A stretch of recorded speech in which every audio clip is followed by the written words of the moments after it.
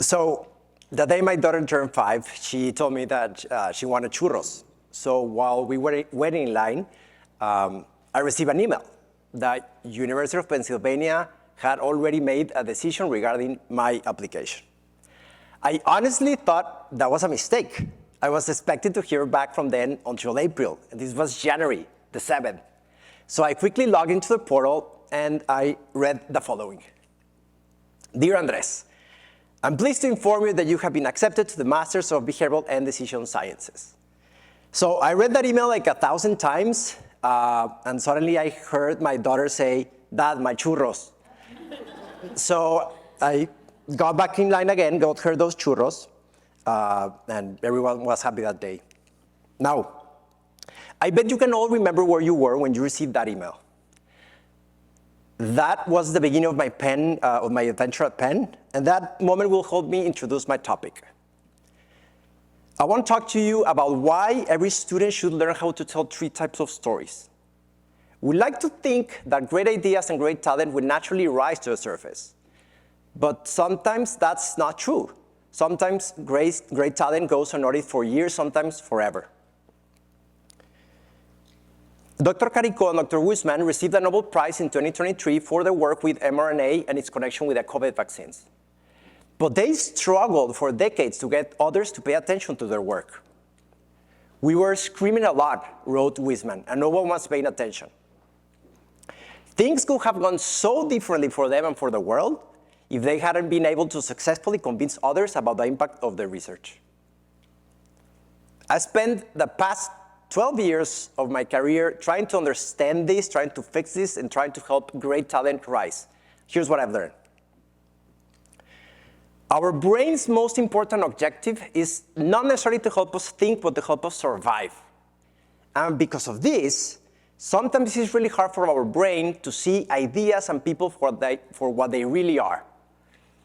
Our brain prefers information that reinforces our beliefs, information that is easy to remember, even that is fun. And we don't take this into advantage while communicating with others, especially in small conversations, which, by the way, could make or break our career. If we really want to rock these small conversations, we should learn how to tell stories.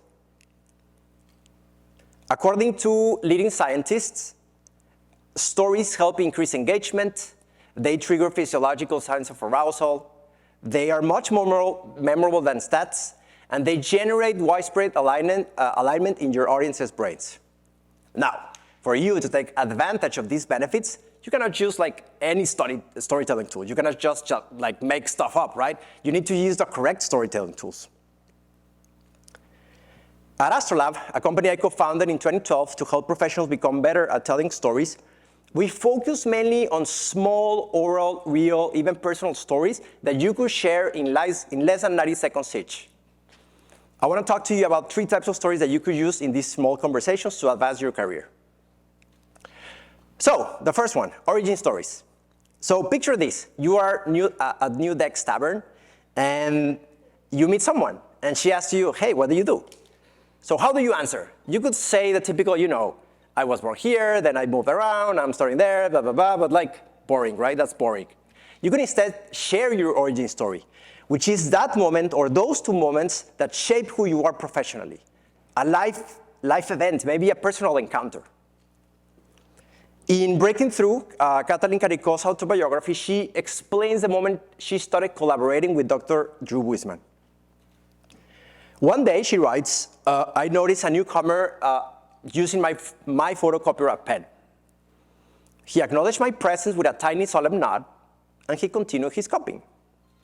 He told me that he had just arrived at Penn. He was starting a new lab. He was looking to find vaccines to fight infectious diseases.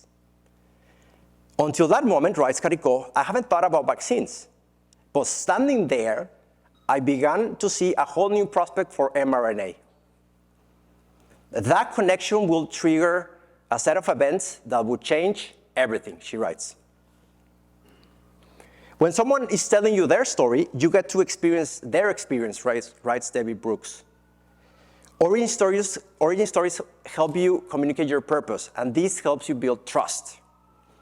My suggestion is keep them short. Less than 2 minutes are perfect. The second type of stories are called inside stories and are about a moment where you understood something or maybe solved a problem. Here's one that I love to tell. I had a friend that worked as an energy director for a retail company. And one day he called me into his office. And there he started telling me this. I'm really frustrated because this is the first time that I feel stuck at work. And this morning I understood why. So he opened his computer and he shared me the results of a survey in which all of his internal stakeholders had evaluated him. He had outstanding results in everything, except, you guessed it, his personal communication skills. Then he showed me this graphic in which he said, of the 100% of possible energy savings in this company, 25% depends on having the correct equipment. What do you think the other 75% of possible energy saving depends on? Yeah, human behavior. So if I'm bad at communicating and influencing others, then my job doesn't make any sense. That was the first time that I understood how important it was for experts to be good at influencing others. So if origin stories help you build your trust, inside stories help you build your credibility and your expertise. Suggestion, include a time and a place in these stories, maybe a couple lines of dialogue, maybe even some detail, physical, sensory details. The third type of stories are called connection stories, and I honestly think they're the most important of the three. If you remember, I started this talk sharing a personal connection story when I spoke about my daughter and Penn. These stories help you build bridges for others to connect with you, if they want to. The problem is that they are really difficult to pull off, because they have to be authentic, and they have to be relevant for them.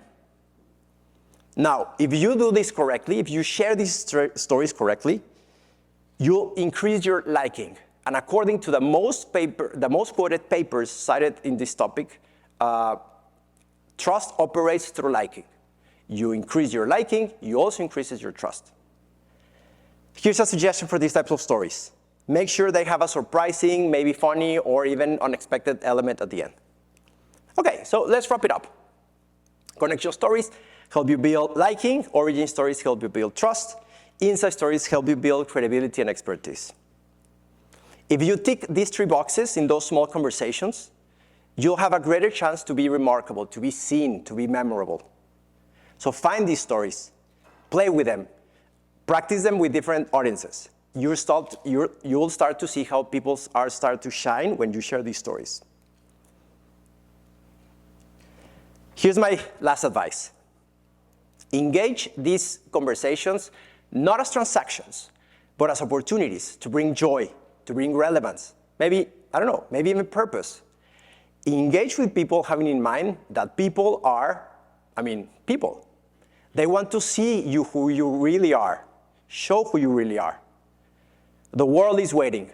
Just don't forget to tell stories. Thank you.